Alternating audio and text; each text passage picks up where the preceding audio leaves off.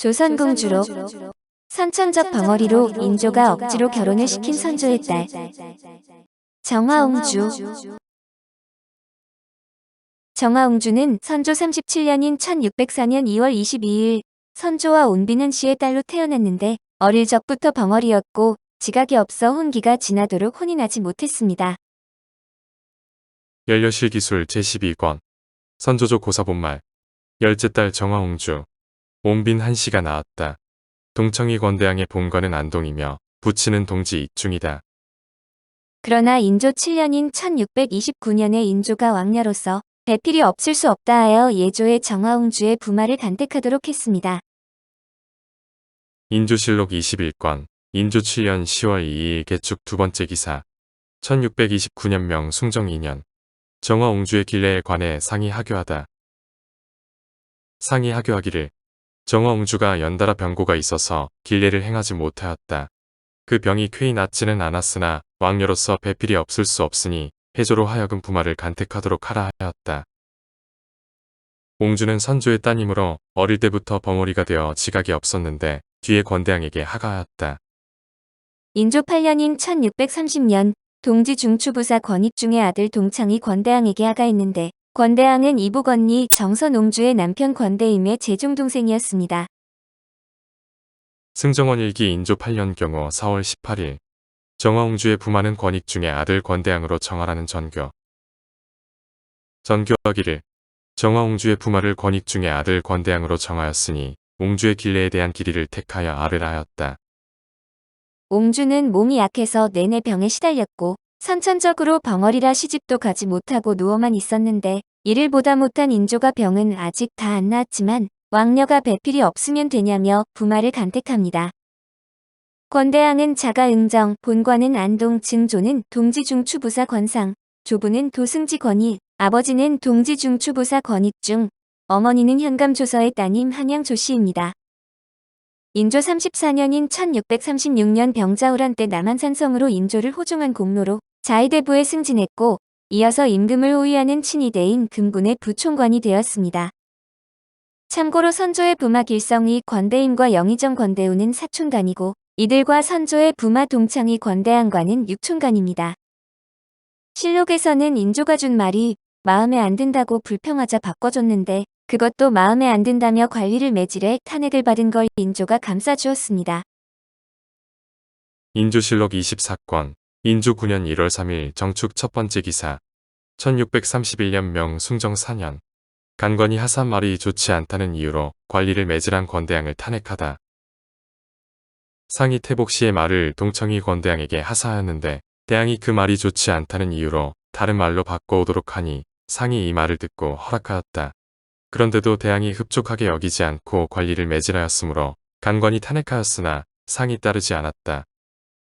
또한 빚을 받겠다고 민간을 소란스럽게 했다고 대신들이 파직 상소를 올렸으나 역시 인조가 감싸주었고 효종 때 북경에 사신으로 가게 되자 말에서 떨어져서 다친 적이 있다며 거부해 욕을 먹고 처벌을 받았다고 합니다. 인조실록 25권 인조 9년 10월 12일 임자 두 번째 기사 1631년 명 숭정 4년 헌부가 권대왕은 폐단을 일으켰는데도 차자를 올린 일로 유여각은 동네를 맡을 때 술 마신 일 등으로 파직을 청하다. 헌부가 아뢰기를 동청이 권대왕은 빚을 받는다는 핑계로 민간을 소란스럽게 하며 피해를 주고 또 첩근마가 좋지 못하다는 이유로 성을 내어 태복시의 하리를 구타하여 끝내 운명하게 하였는데도 감히 차자를 올려 상을 번독해 하였으니 놀랍기 짝이 없는 일입니다. 파직을 명하소서. 행사정 유여각은 전에 동네를 맡고 있을 때에 오직 술 마시기를 일삼아 참혹한 가뭄을 당하여 상이 감선하는 때였는데도 날마다 여러 진장들과 멋대로 술을 마셨는가 하면 공무역할 무명을 지나치게 곱고 가는 것으로 요구하여 여름에 폐를 끼쳤습니다. 파직을 명하소서 하니 답하기를 나른대로 하라. 권대왕은 꼭 파직시킬 것이 없다 하였다. 재차 아뢰니 추고를 명하였다. 권대왕은 첩과의 사이에서 일남 일녀를 출산했지만 정화옹주와의 사이에서는 아이가 없었고 정화옹주는 64세까지 장수했습니다. 효종 7년인 1666년 남편 권대왕과 사별하였으며 정화옹주도 다음 해인 1667년 9월 24일 향년 64세의 조라였는데 슬아의 자식이 없어 조카 한산군수 권덕희를 후사로 삼았습니다. 양주 5등 관곡에 언덕의 권대항과 합장되었는데 현종 13년인 1672년에 세운 권대항 신도비는 허목이 비문을 짓고 전하였으며 조의명이 글씨를 썼습니다. 유명 조선국 자의대부 동창의 겸 오의도총부 부총관 관공 신도비명 병서. 중운대부 전행 사은부 장령 허목이 짓고 전을 하였으며 통운대부 전행 사간원 정원 조의명이 쓰다. 권씨는 본래 신라의 후손이다. 시조인 태사에는 고려를 섬겨 권씨를 사성받았다. 자손이 존귀하고 현달하여 영도참의 부에 이르러 그 세대가 더욱 커졌는데 공에게 11세가 된다. 공의 이름은 대항이고 자는 응정이다. 증조 할아버지는 동지 중추 부사를 지냈고 영의정 동흥부원군에 추징된 상이다. 효도로서 특히 소문이 나서 지금까지 옷에 100년 동안 훈도가 마을에 남아있고 집에는 효자 정문이 있다. 할아버지는 행도승지를 지냈고 우의정에 추징된 희인데 역시 서경 때의 명신으로 태사에 관한 일을 하였다. 아버지는 동지 중추 부사를 지냈고 이조 참판에 추징된 익중으로 대대로 독실한 생활을 하여 수직으로 귀하게 되었다. 어머니인 정부인 조씨는 한양이 본관으로 양절공 온의 8세 손이며 현감 서의 딸이다. 만력 38년 경술 10월 19일에 태어나 수녀대왕 8년 정화옹주에게 장가들어 예대로 동창이로 봉작되었다. 병자호란 때 남한산성으로 임금을 호종한 공로로 자의대부로 승진하였다. 2번 금병을 맡아 부총관이 되었다. 성품이 충실하고 소박하며 성실하고 신중하였으며 검소함을 좋아하고 평소에 선행을 하였으며 남과 더불어서는 겸약하고 공손하여 존귀한 듯이 처신하지 않았다. 부모가 연로하게 되니 공도 이미 쇠약해졌으나 성실히 봉양함을 게을리하지 않았다. 매번 명절과 생신에는 친척과 손님이 모여 장수를 빌며 술잔을 올리는 것을 즐거움으로 삼아 기쁨을 드렸다. 이내가 돈독하여 사촌 형제 가운데 비난한 자들이 공을 기다려 불을 지피는 것이 함께 밥을 지어 먹는 사람 같았다. 임금님 제위 7년 병호 정월 4일에 공이 별세하니 향년 57세이다. 임금께서 부의를 하사하니 예법과 같았다. 유사에게 명하여 장사 지내도록 하였으니 에이다.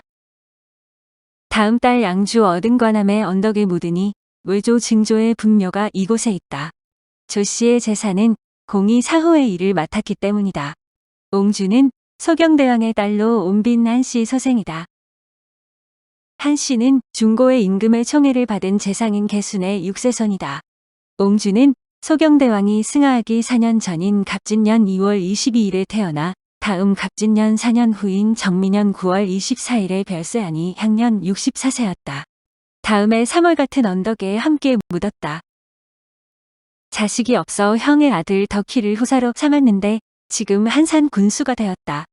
사남 사녀를 낳았는데 아들은 처경이고 사위는 심최량이며 나머지는 어리다. 또한 칙실에서 일남 일녀를 두었는데 아들은 덕찬이고 딸은 태상 주부 송윤길에게 시집갔다. 명에 이르기를 온화하고 검약하며 행실은 바르고 매우 자애로웠구나. 귀하면서도 낮추고 부유하면서도 비난하게 지내니 선행을 쌓는 집안에는 대대로 인재가 있으리라.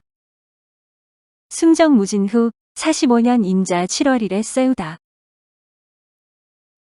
오늘 조선공주록은 선천적 벙어리로 인조가 억지로 결혼을 시킨 선조의 딸 정화옹주였습니다.